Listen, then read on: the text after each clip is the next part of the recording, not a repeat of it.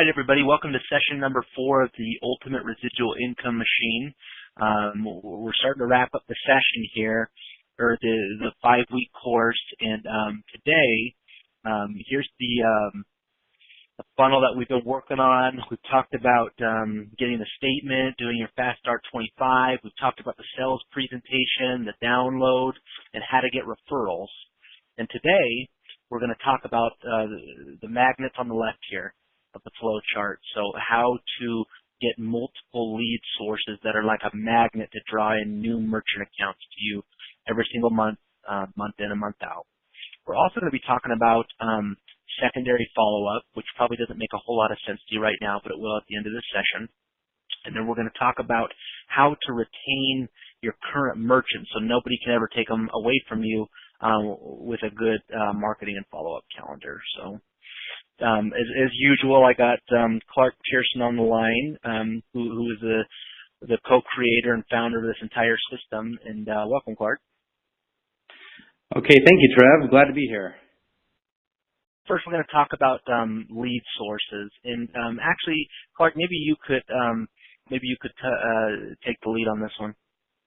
Okay, sure, Trev. And I think we talked. It was either in session number 1 or session number 2 where we talked about if you're a door-to-door salesperson or a door-to-door merchant processing agent and you break your leg, I mean, you're out of business. If you've only got one lead source and that's your lead source, cold calling, and I think many people do that, and you're out of business. And I think if you have an SEO and Google decides to change the algorithms, then again, you're out of business. So it is critical that you have 5, 6, 7. I know that when I look through the list on the next page, I think I have 9 currently going at the same time. And it's funny, I was thinking about this session a little bit as I was driving over to the office today, and they were talking about the Healthcare Reform Act and the replacement of Obamacare. And one of the challenges, if not the greatest challenges, is that some states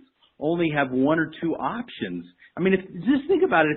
If you're a person living in XYZ state, you have one option to buy insurance. Well, of course, it's going to be very, very expensive because again, the worst number in business is 1, and the price goes up. And so I think for us, I think you have to look at it like if you were a fisherman and you're trolling out of the back of a boat and you throw one line out there, you might get a hit and you might not get a hit. But if you've got 3, 4, 5, 6, 10 lines out, you got a really good chance, and you got multiple sources coming in, and that's the way I look at this. So again, we recommend that you have at least 5 lead sources coming in, and the lead sources change from time to time. You might start a BNI group, and then it's like, okay, this isn't working out, so I'm going to start attending chamber events, and it may take you through the first through the 6 weeks of this course in order to really identify where you're headed and where you want to go permanently. And again, I think it always changes. And so some of the ones that we work with are on this page: Chamber of Commerce. I've got a lot of merchants from that. Referral programs, of course, BNI group. We mentioned newsletter lists, trade shows, marketing, partnerships, etc. Yeah, just to add to that worst number in business is 1. I remember one of the things I recently, not recently, a while back I read, everyone's probably familiar with who Dave Ramsey is. He's the financial guru. He often speaks on Fox News, and he's got his own radio show and a host of books and things like that. But you talk about the worst number of business is 1. When he was in his 20s, he had a really lucrative real estate portfolio, but he owned them all through loans, and they were rental properties for him. And then when the housing market crashed, the banks recalled all the loans, and 100% of his investable income was in these properties. And when they got recalled, he went under and had to go bankrupt, and it turned his entire world upside down, which is why he advises people to not only have your cash reserves on hand and your 3 to 6 month savings, but he also talks about them diversifying within mutual funds, and not any one stock or bond or anything or real estate or things like that, but mutual funds. And it's type of thing with your marketing. I mean, at some point you can't be over reliant on any one source because things change and circumstances change, and plus you're not going to get nearly as many leads if you're just going door to door all the time. Not only are you going to get burned out, from an emotional standpoint, that zaps your energy if you're just going door to door all day, every day. And there may be a time for cold calling, but if you have, some direct mail going out, and you have referral partnerships in place in addition to that, not only you get more leads and you're not going to get burned out, but you're going to be a heck of a lot more profitable. So on this next page is just, a quick 27 additional ideas in addition to what we talked to help you guys get some lead flow going. So and there's so many more of these. We could have listed over 200 of these things, and probably more, but for our purposes today, and because this course is all about taking action and getting off to just a quick start, and get your residual going, pick a couple of them and start with them and get really, really good at them. We recommend 5. If you guys remember, I believe in session 1 or 2, Clark talked about his very first day when he left that $1 billion credit card processing company in northern Utah to kind of go out on his own and be a merchant level salesperson. And the very first thing he did was, he got a lead and created a partnership with a large trade association in Utah. And they give him a referral to a little town just out in the middle of nowhere in, just west of Salt Lake, and, was to their local chamber of commerce. And, he was able to get their deal. And they referred him to somebody else.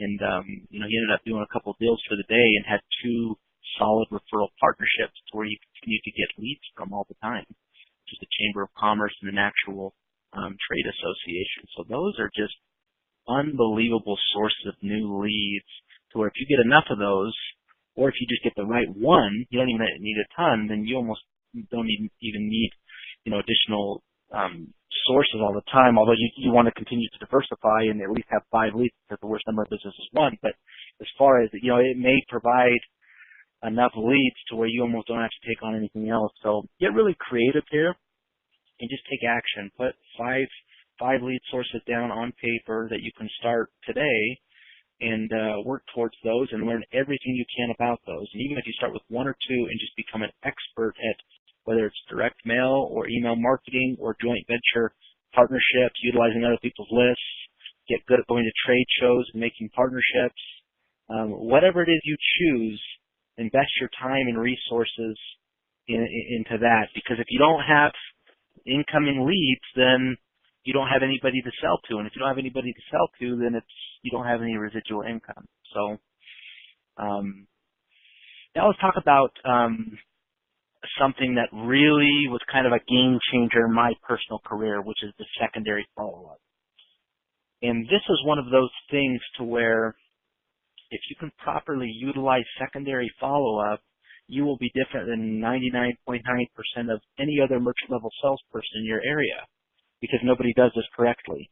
And we're going to give you guys the exact templates and strategies that we use for our secondary follow-up. But first of all, let's talk about secondary follow-up and what it is. So, a really common method for merchant level salespeople, we'll just kind of get, play off of the door-to-door model because it's so common. So somebody signs an agreement with a credit card processing company. They get some brochures in the mail, business cards. They drive to Main Street and they're just going to go door to door and tell people they can't beat their rate, then they'll give them $1,000 type of a situation. A lot of rejection there. Maybe they knock on 50 doors a day and get 2 or 3 statements, which is a decent day for a lot of people. But a lot of the people they talk to are going to give them an immediate no. Just because the timing is off, or maybe they just switched, or they could have 1,001 reasons as to why they're not ready at that moment to switch to credit card processing. Maybe you weren't able to give them a pain or pleasure trigger that's strong enough for them to give you a copy of their statement. It could be so many things, but it doesn't mean that they're not still a good prospect days, weeks, months, or even years down the road.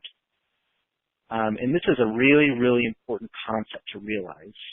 Rather than just never talking to them ever again, it would be better to be able to have a systematic and automated way to be able to stay in front of them and in touch with them, so when they are ready to make the decision, you are the 100% absolute first person they think of to be able to give you a crack at their business.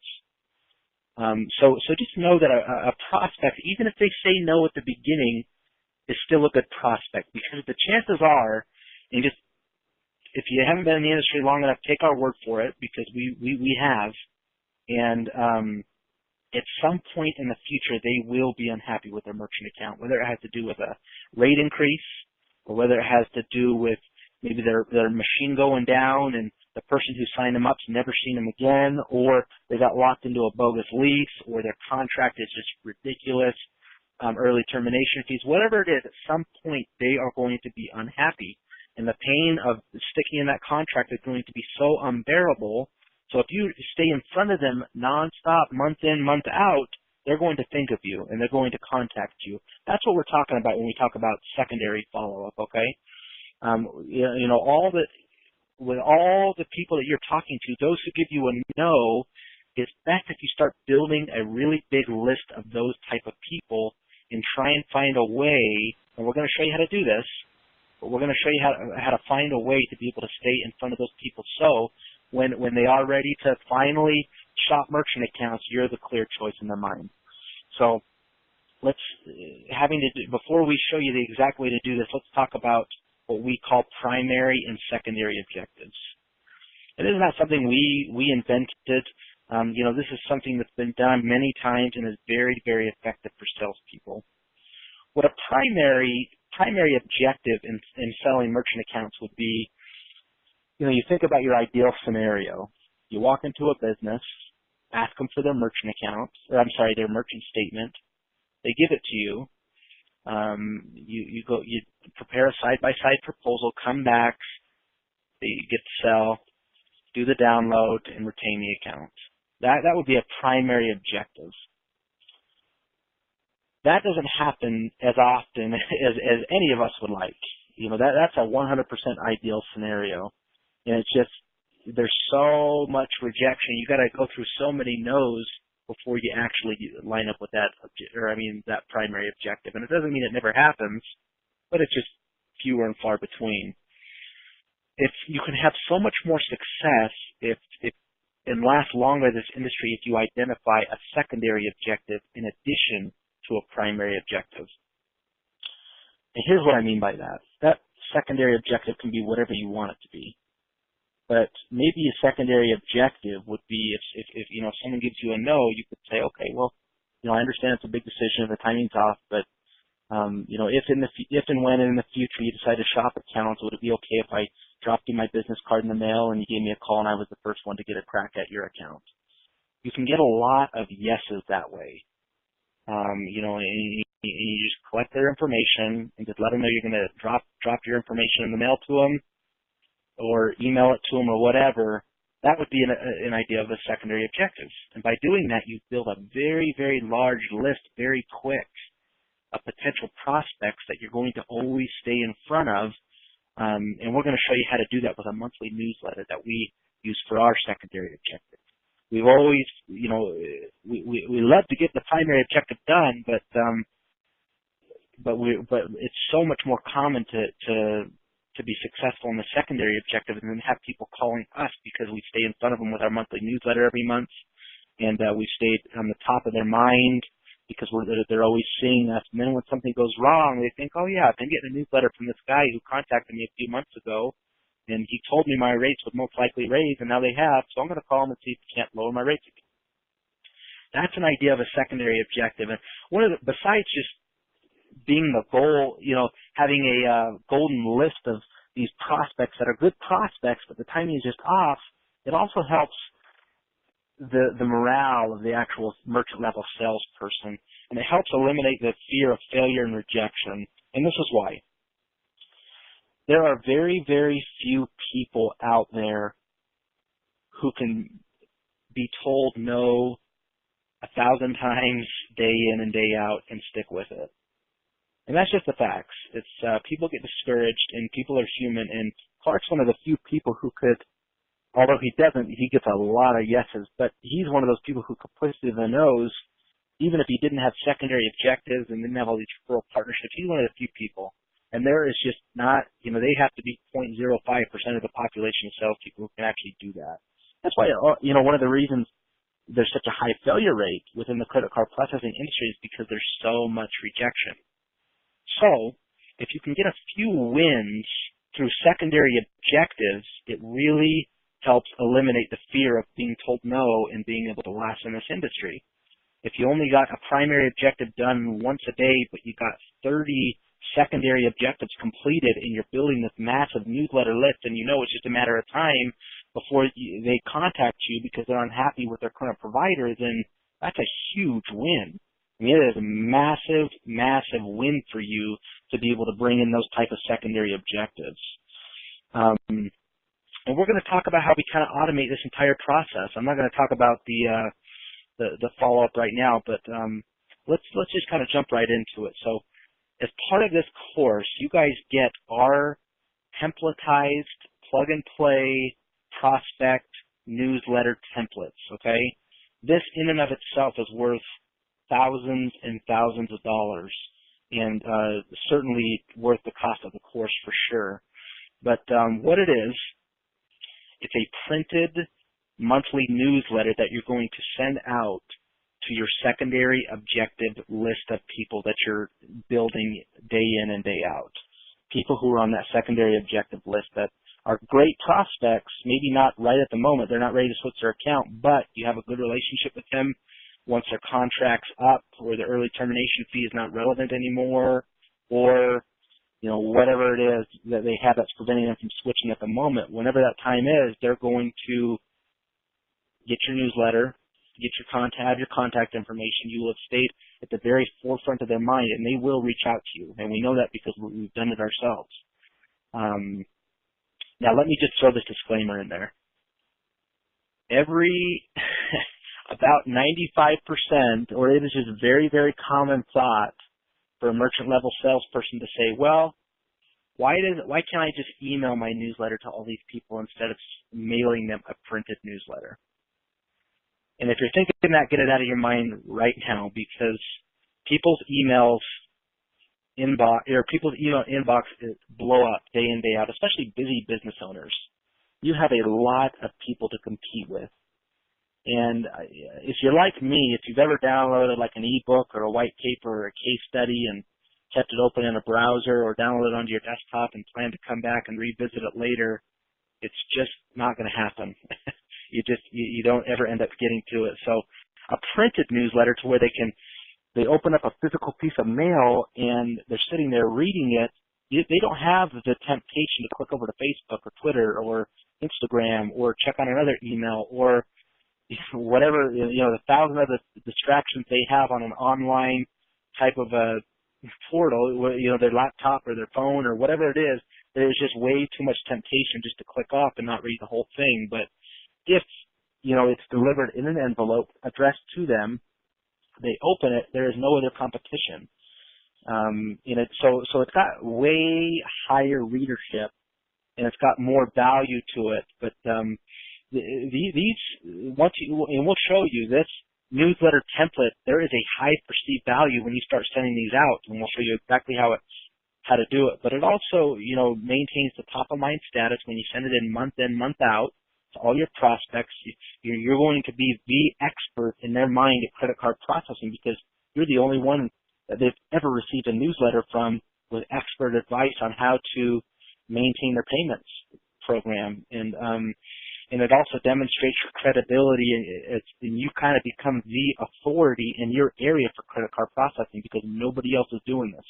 You're sending them a printed publication written by you about credit card processing. So it helps establish your credibility. So when you do meet with them face to face, you have a lot more convincibility as an expert in the industry.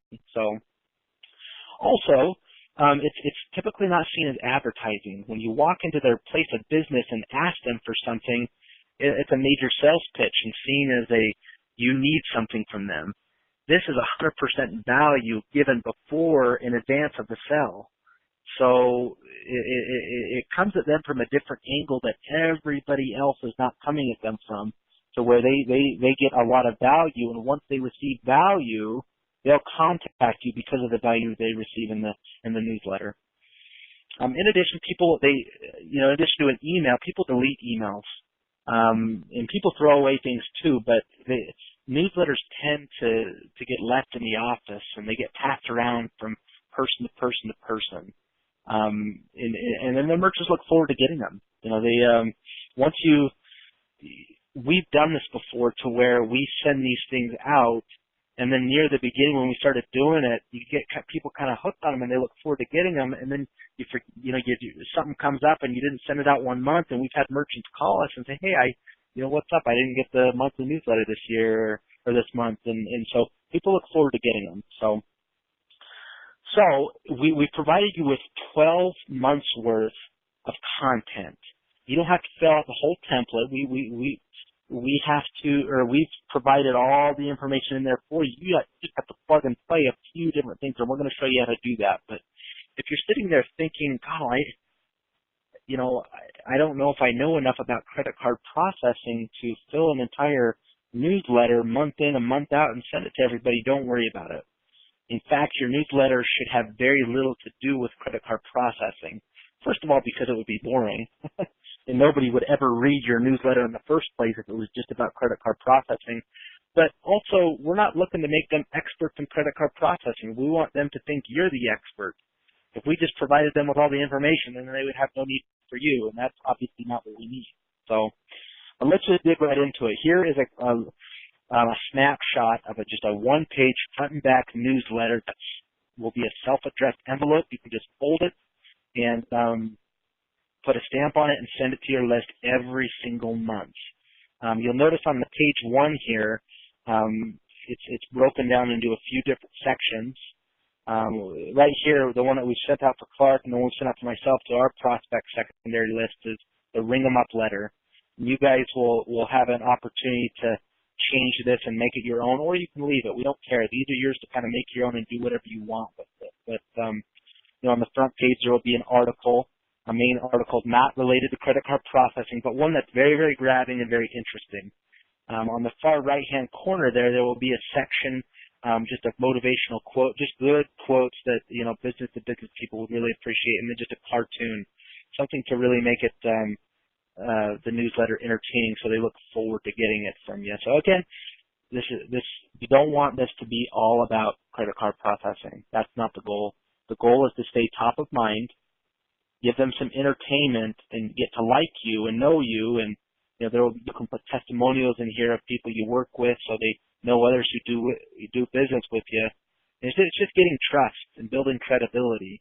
And then when they have these sitting around and they're upset because they got ripped off on their merchant account, and their contract said that they'd pay this, but they end up paying 25% more than they thought, and they're going to grab the newsletter, and your information is going to be on there, and they're going to call you. So let's just talk about how we fill this thing out. And again, you're going to, in the tools and templates section of this course, you're going to be able to download 12 months worth of these to where you don't have to fill in the content, but we've created most of the content for you. You just got to fill in a couple of things, contact information, put your picture on there, that type of thing. But you're going to have a theme for every single month's newsletter.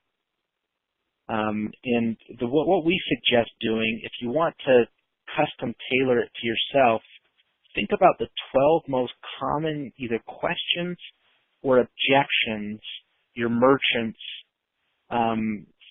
ask all the time with regards to credit card processing. If you can just, on index cards, get 12 index cards, on the front of them write 12 questions, and then on the back, just give 3 main bullet points answering those questions.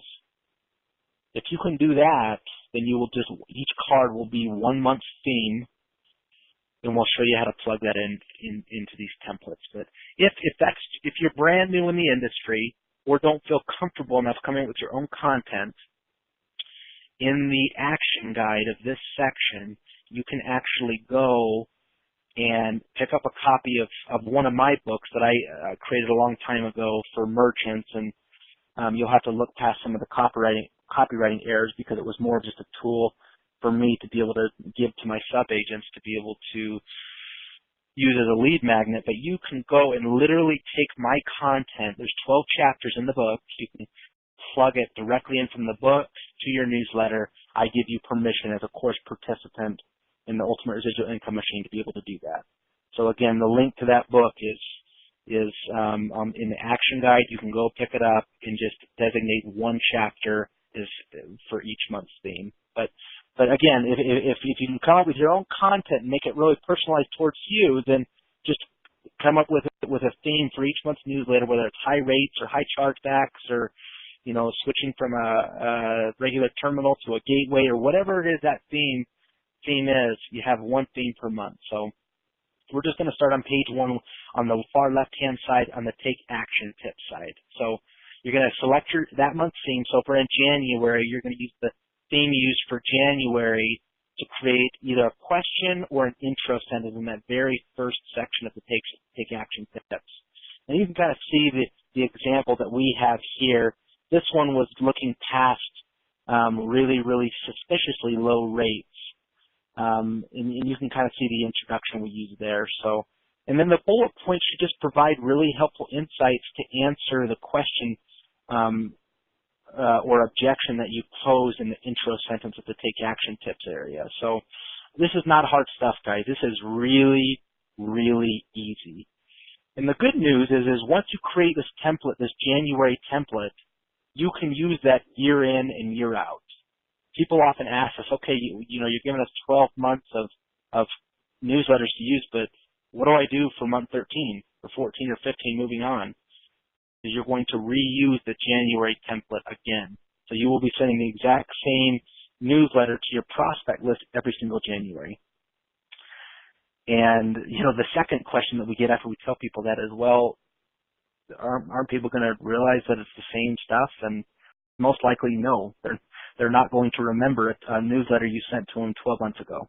And even if they did, it is okay to repeat yourself, because if the content is good and it helps them in their business, they don't care whether or not they get some of the same content, on month 1 as they do on month 13. That is totally irrelevant to them. If the content's good and it's helpful for them, then they don't mind getting duplicate content sent to them because they're not going to retain all of it. So it's a good refresher for them.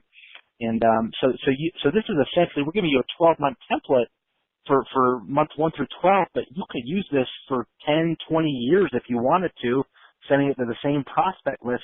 So this will be a way to have a secondary objective and get a lot of wins for people who are good prospects, but just not right at the moment. But that's how you fill out the Take Action Tips on page 1 of the newsletter. And then the other thing you got to fill out is just the Your Article section on the back. And so what you'll do is for that month's theme, you're just going to change the Your Article header to a title based on the month's theme. So you can see on the completed version below on the left-hand side of the screen there, it says Looking Past Low Rates. And then it just gives a little quick, brief template on why just considering low rates is usually a mistake and ends up costing the merchant big time when he's searching for a merchant account. So usually the toughest part is squeezing what you have to say within that little section. So if you're at all concerned about filling the space in there with relevant content, I think you'll find that once you get into it, the toughest thing is going to be fitting it within inside the space with what you have to say. So, and again, if you do run into that challenge, you can take content directly from my book that I have listed in the Tools and Template section and just plug it in there, and you get the right to do that as a course participant in this course. So, the very, very last thing is the Watch Out section. And this is statistically one of the most read sections of the entire newsletter. And again, it's going to be based on that month's theme. So looking past low rates and the example that we're giving. And this section is best used, and you can kind of see the content that we have plugged in here as it relates to the take action tips that we showed you and the your article section. But the watch out section is best used if you try and take some conventional wisdom and kind of do the opposite of what people would typically think. You know, a good example would be watch out. Most people don't know, or most merchants don't know that a lot of the times when they swipe a card and it doesn't get read the first time, oftentimes the transaction or the discount rate is downgraded, so you end up paying much more than you thought you were paying. That type of thing merchants were really fascinated about. And then if you offer, you know, a consultation after that to people to come and do a cleaning, if that's happening, as a way to get people calling you to come and do a cleaning, which will segue into getting a copy of their statement, you know, showing them that they have transactions that are being downgraded because their machine hasn't been taken care of, and you know, you haven't been serviced properly, all that different type of stuff. But this watch out section is really, really useful. So put some thought into it.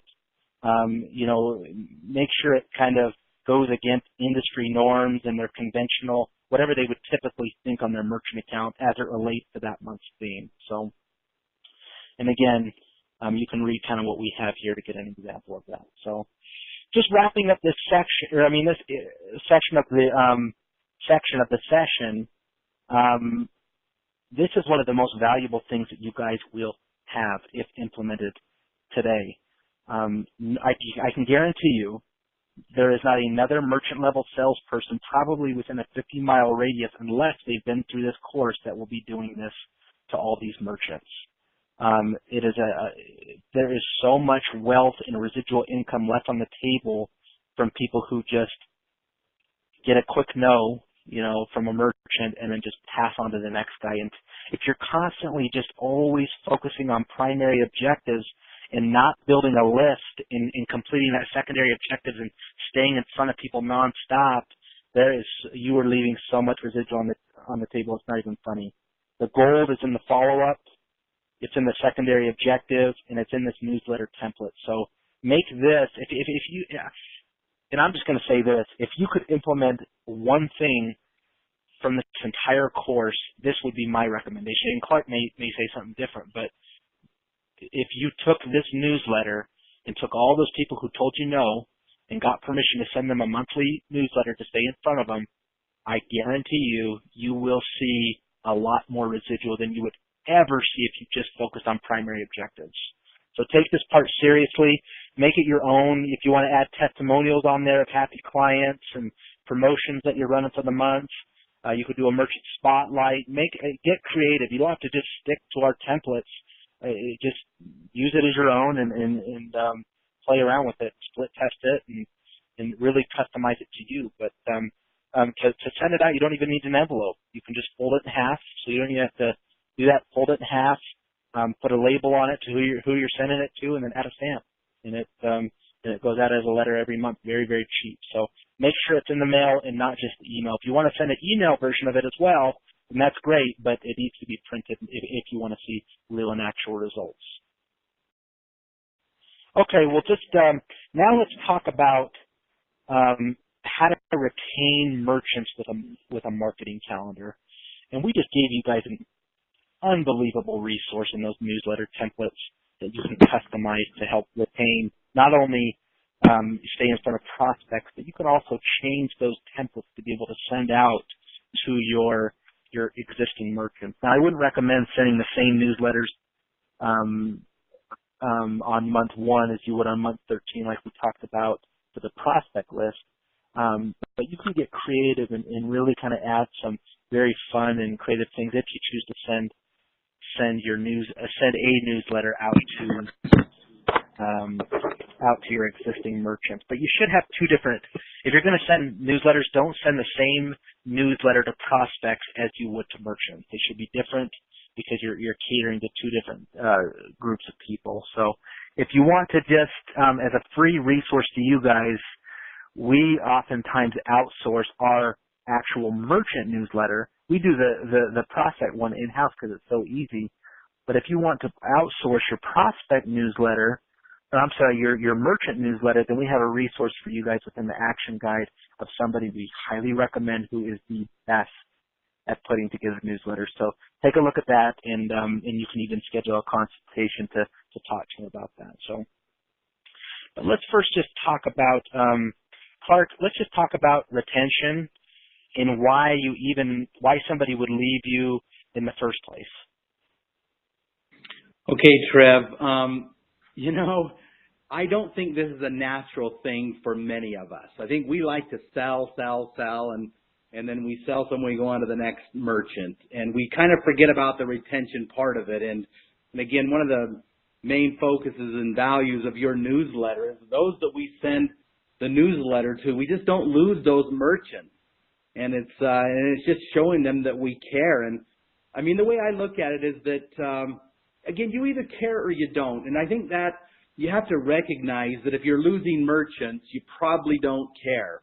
You're not going to be making much money, but you probably just really don't care about people and taking care of them. And I think you have to figure out how you want to do that or where you stand.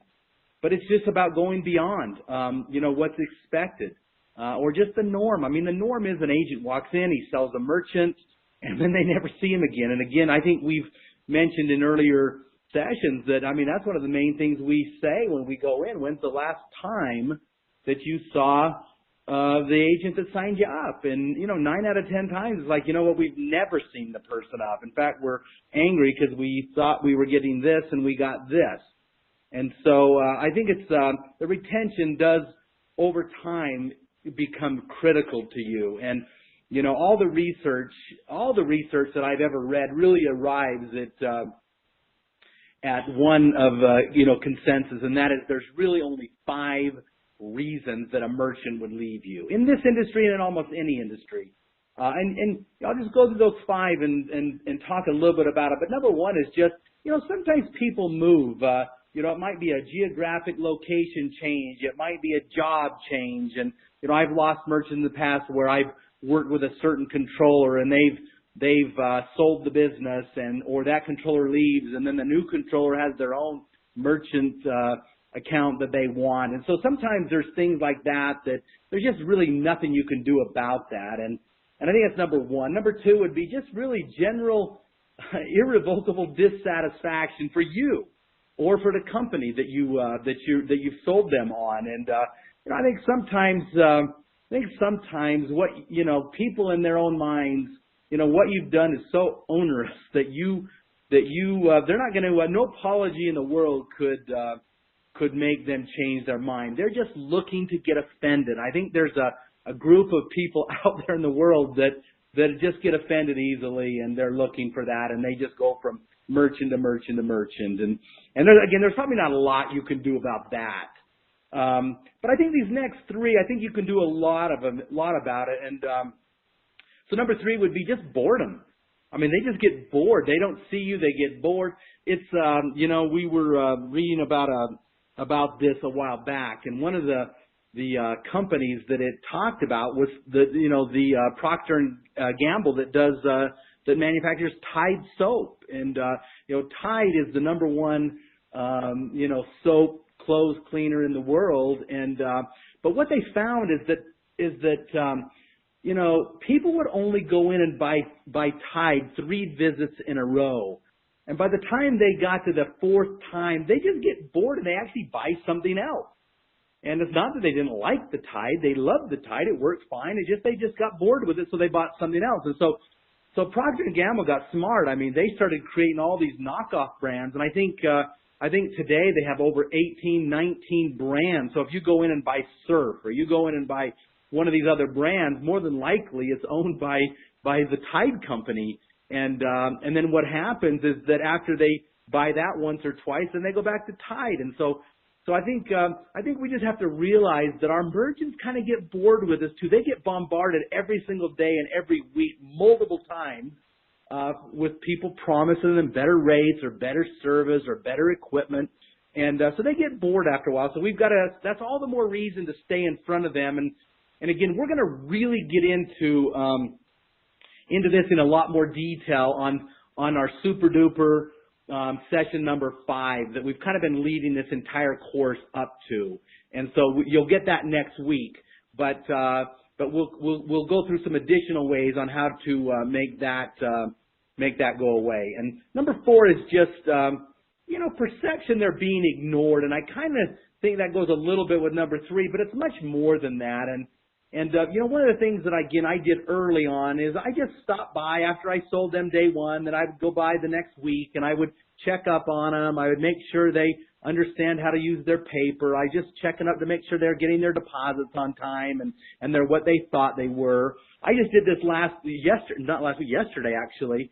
And Trev, I think I went to 5 places after they were already all set up from last week, and all 5 of them had issues, and they were just little issues, and I was able to overcome all of the 5 issues. But if I didn't go back, then somebody else would have been answering the questions that those guys had. And so I think you just have to, make sure you stay in front of them, make sure that they're not feeling ignored. I mean, a month later, I'll take them donuts, I'll bring them some additional paper, I'll stop by and say hi, I'll find out when their son's soccer game is, and I'll stop by and watch the soccer. I mean, you gotta make sure they know that you appreciate them. And then the last, number 5 is, sometimes somebody with a superior value, offers at them, or a competitor comes in, and it doesn't necessarily have to be superior, but in their mind, they believe it's superior. And so it's like, yeah, I really like Clark and that company that he was working with, but God, these guys are even better. I'm going to do this. And so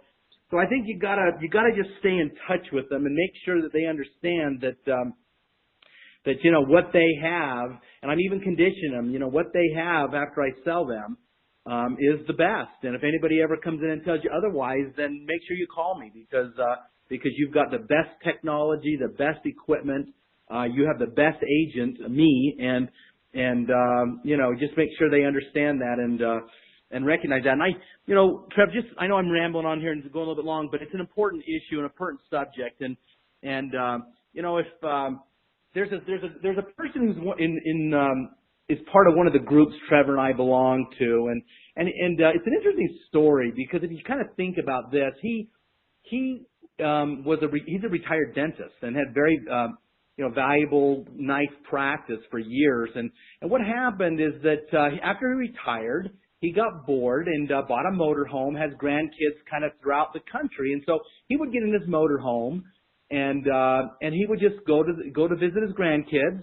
And then he would find a large dental practice in the area. And he would literally go to the dentist's office and get a copy. He would put together an agreement with them, but he would get a copy of all of their lost merchants. I mean, he would spend all his own money. They wouldn't spend any money. He would just take the lost merchants and really just do a recall campaign, again, totally under his power and paid 100% by him. And then he would get to take a percentage of the residual revenues over the next, weeks and months. And he's a guy that, think about that. He does that 4 or 5 times a year. And he's a very large 6-figure income while he's just fooling around during his retirement. And I think it's a good question because I think about that and I look at mine and I think, could somebody come in and replace my business of all the hundreds of merchants that I have? I mean, am I taking good enough care of them? Am I staying in front of them that somebody couldn't do that? And I think sometimes, and hopefully most of the time I do, but there's times that I lose accounts as well. In fact, a couple of weeks ago, Trevor and I were working on this, and I had lost 5 accounts over a period of a time, and I was able to go back and get all 5 of them back just recently. And in fact, that was some of the downloads that I was telling you about that I did last week. And so I think it is important though, and no matter how good you are, I think sometimes people will leave you, but if you can retain a high percentage of those that you're selling to, it sure makes your life easier. And that's really how you become a millionaire in this industry. If you're having to go out every month and sell 15, 20, 25 deals, and you're losing 25 deals, then you're just spinning your wheels. So it's a critical issue. Trev, any thoughts on that, Trev? Yeah, I think as this relates to our kind of what we talked about a little bit earlier with secondary objectives and, the automated newsletter that goes out to that prospect list every single month. It's the same concept. It's, if they do not hear from you, they will literally forget about you. It doesn't matter how good you are, how charming, how whatever. I mean, just, Clark, if you did not stay in front of your people as good as you are, even in the sales presentation and sign up, they would forget about you and they would forget about me. And for that reason, you can't leave it up to chance and just think that because you had an amazing, sign up process and a real connection with the merchant during the sign up and the download, to think that they will be loyal to you if you do not invest in keeping them, then you're delusional and you're going to lose a lot of accounts. So just realize that it doesn't matter, if it's in your marketing and prospecting to new potential merchants, or if it's with your current merchants, you need to invest some serious time and money into retaining the account. This is a very, very aggressive industry, and although many merchant level salespeople don't go to the extent that we do to gain an account and retain an account, we know that ourselves, if we did not stay top of mind, meaning we, sent them, a birthday card and our monthly newsletter and ran promotion, sent them emails and, stop by with free paper. And if we did not do all those things, then we would lose a lot more accounts than we do. And we don't lose very many accounts, and there's a reason why. But, and it's funny, every time we show up, oftentimes when we show up to these merchants' locations, whether it's to drop them off paper and just drop in or say hi or whatever it is, they tell us. In fact, I went to an appointment the other day with Clark, and one of his merchants said that, he got like 5 calls for the day, and, they were offering lower rates and stuff, and he said, I don't care. The merchant told Clark, I don't care if they save us $10,000 a month. We would never, ever, ever switch, because Clark is always here in person, and he's the only person we can consistently rely on. And that kind of shows you a little bit about what this program's about and the power that you can really kind of have in your merchant's life and the loyalty, because it is so rare for a merchant level process or a merchant level salesperson or a credit card processing company to put this type of relationship and this type of effort into the merchant ISO relationship. So keep top of mind status, whether it's with your prospects and especially if it's with your current book of business. Okay, Trev, maybe I can make a comment on this next bullet point, and I think many realize this, but first money that you get versus second money, second money is always a lot easier. And I think that it's a trust factor.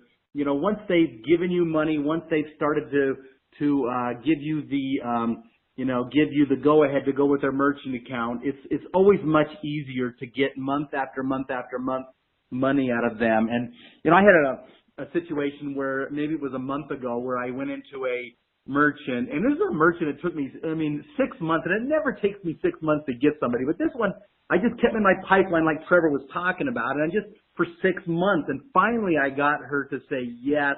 Okay, and she's negotiating the price in terms of basis points. 1-2 basis points. It just was unreal, and it's a big company, but she was just like that. And so now I've done her processing for several years, and now I went there the other day because I wanted to take her to a new system for her large of a company, a gateway with expensive equipment and so forth. And I asked her for that, and because she's had several rate increases, so we're making a lot more off her now, which she's fine with to a degree. But then it's like, okay, this new piece of equipment costs this much. It's like, okay, no problem. And it's like they put their guard down after a while. So I think it's important to realize that once you get these guys, you want to keep them going, and it's just an amazing thing that happens. And I look back at my first year, what my residual income was my first year, as opposed to 5-6 years later, even though there's not a lot more accounts because I've done a lot of other things with my life over the last few years. And but my residual is is 3-4 times higher than it was at the end of my first year. And the reason is because of this type of concept. I mean, they just continue to buy. And even if you have a rate increase or this and that, they'll stick with you because it's so much easier to get second money. Is that right, Trev? Yeah, for sure. And so one of the ways that this is, we can talk about this in real life terms, and an example that everybody will be aware of is McDonald's is a great example of this. McDonald's, their burgers are so cheap that they make virtually zero money on it. And people go there because it's very inexpensive to feed an entire family, and so you don't have to cook dinner.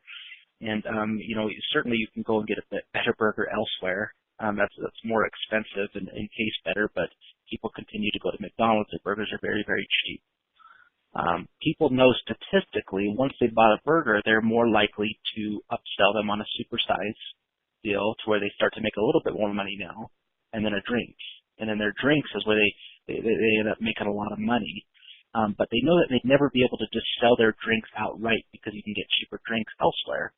But it's the burger that kind of got you in the door, and they sell that almost at cost in order to sell you higher value products, because second money is easier to make than first money. And you can see this example spread throughout hundreds of thousands of different businesses.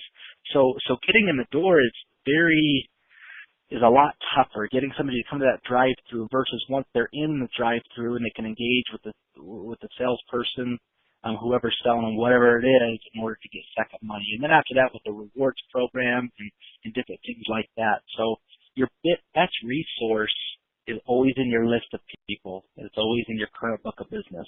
We're going to talk about something in week 5, and I know we keep kind of building up to week 5 on how this is really demonstrated and how we can take this exact same concept and use it in credit card processing. But I'll just kind of move on to this next point here.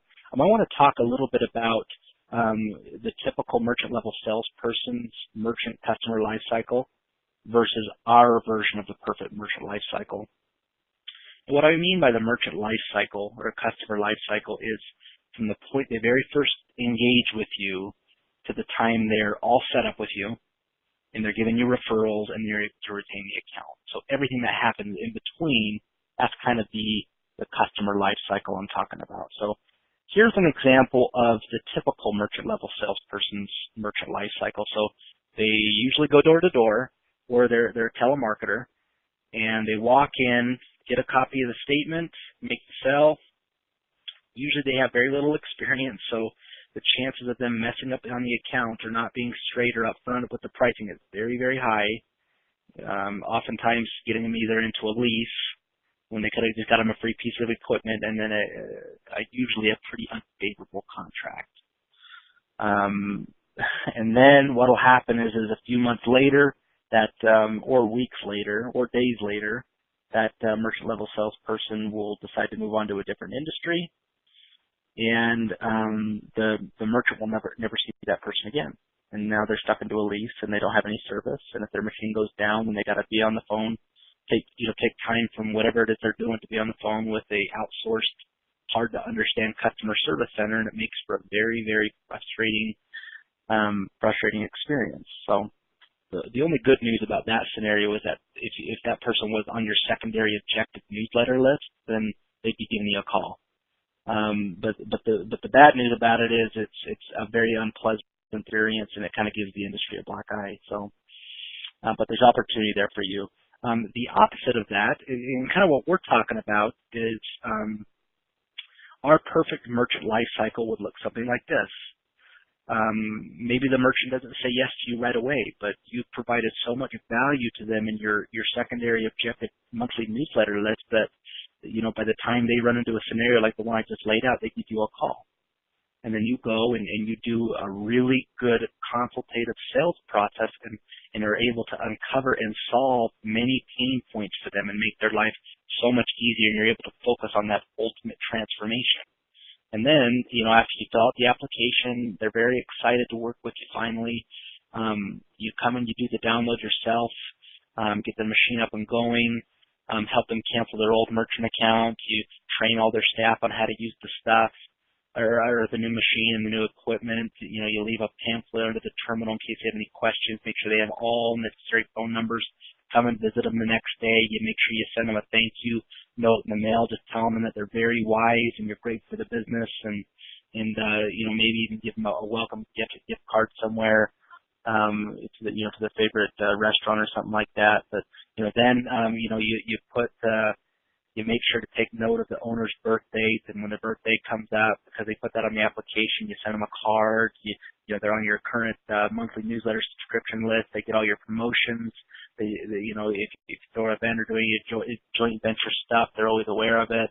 That's an idea. You know, if they need free paper, you know, maybe quarterly dropping by and seeing them. You're able to get a testimonial from them, get referrals from them.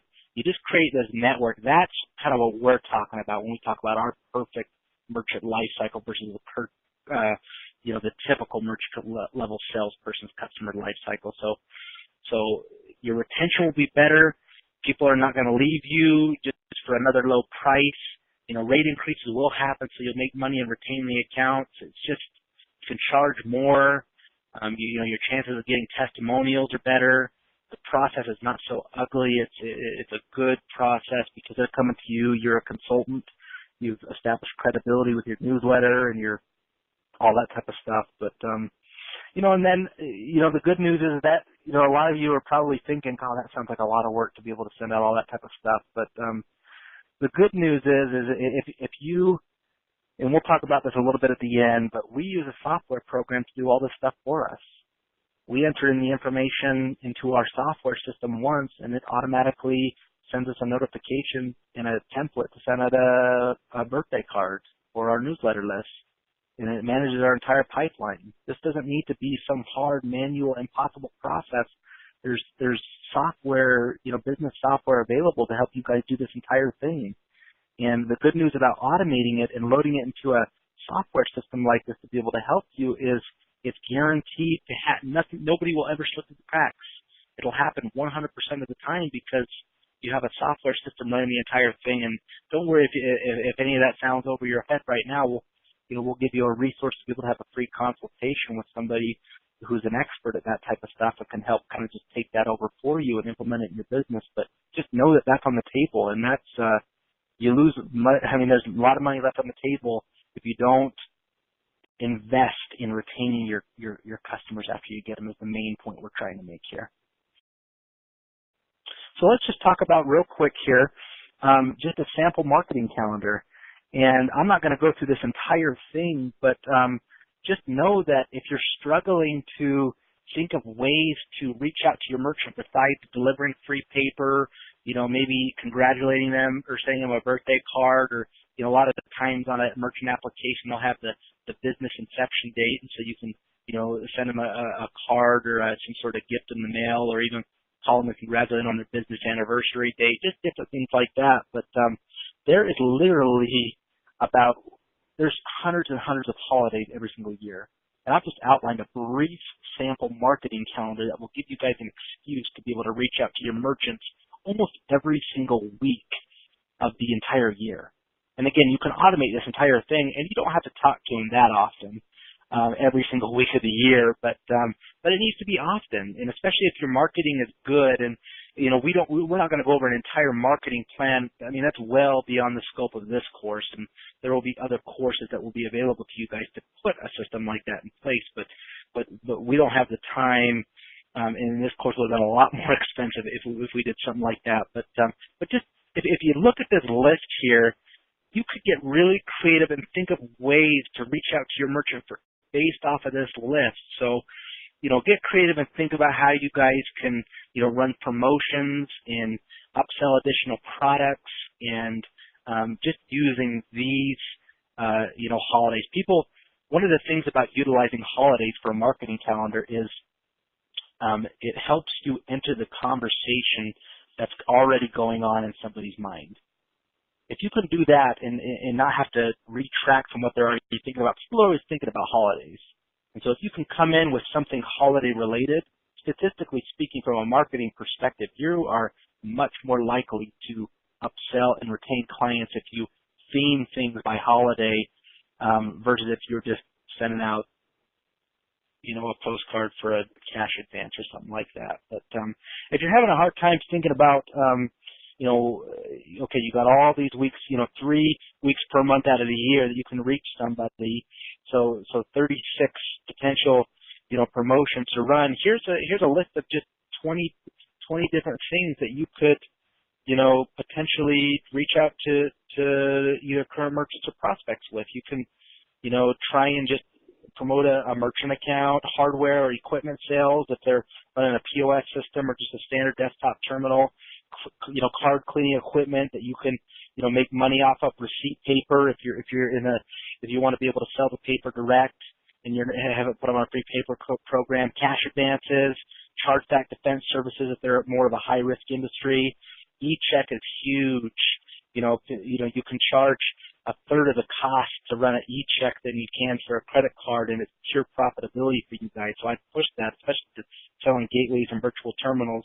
You can promote Amex if you're on OnePoint or OptBlue or whatever program, the merchant's currently on, and they don't accept American Express because they think it's more expensive. That's a lot of money lost for you, a lot of residuals. So you can promote that. Data breach protection. You can, promote the heck out of a strategy session or consultation for a side-by-side proposal. Fraud prevention tool. I mean, all these different things. And this is just a very small list of things. But you could literally tie these to one a month and make that the theme of the month of something that you're going to promote. And there's 1,001 things you could do. The main thing is to kind of take action and don't get overwhelmed with the process. And so I have as the title of this slide, Automate to Dominate. If you are a member of this course, you got brought to us by a company or a software program called Infusionsoft. And this is one of our secret weapons that gives us a competitive advantage over any of our competitors. Infusionsoft is what powers all of our automatic emails from going out. You guys got fed these courses week in, week out by Infusionsoft. It notified you of the new videos. It's what we use to keep our appointments and our tasks in order. We use it to manage our sales pipeline and our prospect list. So our secondary objective list people are all loaded in Infusionsoft. It automatically prints and sends all of our newsletters out every single month, birthday cards, appointment reminders. It is a very customizable and cutting-edge tool that you guys can and should take advantage of if you want to be different than every other person in your area who's selling merchant accounts. So what we have is a special offer for anybody doing this course, the free consultation with an Infusionsoft expert. And what they'll do is just give you like a free 30-minute consultation, and they'll be able to demonstrate how Infusionsoft can make your life easier and automate your marketing calendar and your efforts to be able to retain clients. And let me give you an example of one of the ways that you could put this into practice, just a small example. Clark and I both have picked up many merchant accounts because merchant level salespeople are totally lazy when it comes to PCI compliance. And merchants do not understand PCI compliance, and technically we're not allowed to really do it for the FAQ for them, depending on the PCI vendor that the ISO uses. But what you can do, and what we've done in Infusionsoft, is when a new merchant signs up with us, we have a automated email sequence that goes out to that merchant that spans a 60-day window, kind of everything you need to know about your merchant account. And it goes from having all your customer service numbers, but then, a week after they've been downloaded, they get an email in their inbox saying, hey, this is just FYI, this is what PCI compliance is all about. This is how to get in touch with the PCI department. They can walk you through it. If you have any questions, of course, you can call me. But here's the PCI department, and if you don't, you get charged a non-compliance fee, and there's potential risk for your business. And so every single one of our merchants is always notified of PCI compliance. And there's 100 other things like that you could notify your merchant with that if you left it just up to your own memory, people are going to slip the cracks and you're going to lose accounts. But if you just built it into Infusionsoft or a company like Infusionsoft to where when somebody signed up with you, it triggered a series of either letters or an informational email that went out to that merchant to make sure that they had everything 100% in their inbox, so it increases your retention. But you use it for birthday cards, for sending out welcome packages, thank you notes, just whatever it is you want to do, Infusionsoft can automate it. So take advantage of that special offer as part of being a program participant. So just in closing, again, biggest part of this information is really, really good, but it means nothing to you if you don't put it into action, which is why we've placed such an emphasis on taking action at the end of every single session when we put together those helpful action guides in the tools and template section of this course. So be excited for session 5, okay? We want to make sure you guys, if you're not caught up with everything now, block out time on your calendar to get it done this week, everything that we've talked about, because I'm telling you, at the end of session 5, you are going to have a whole bunch of stuff you're going to want to take action on. And I'm not going to spoil it. I'm going to leave it a surprise. But do it. Get caught up. Take the opportunity now to block out time in your calendar. Do everything we talked about. Do your consultation with Infusionsoft. Put together your newsletter list and your newsletter templates and everything else in the action guide. And then look forward to session 5.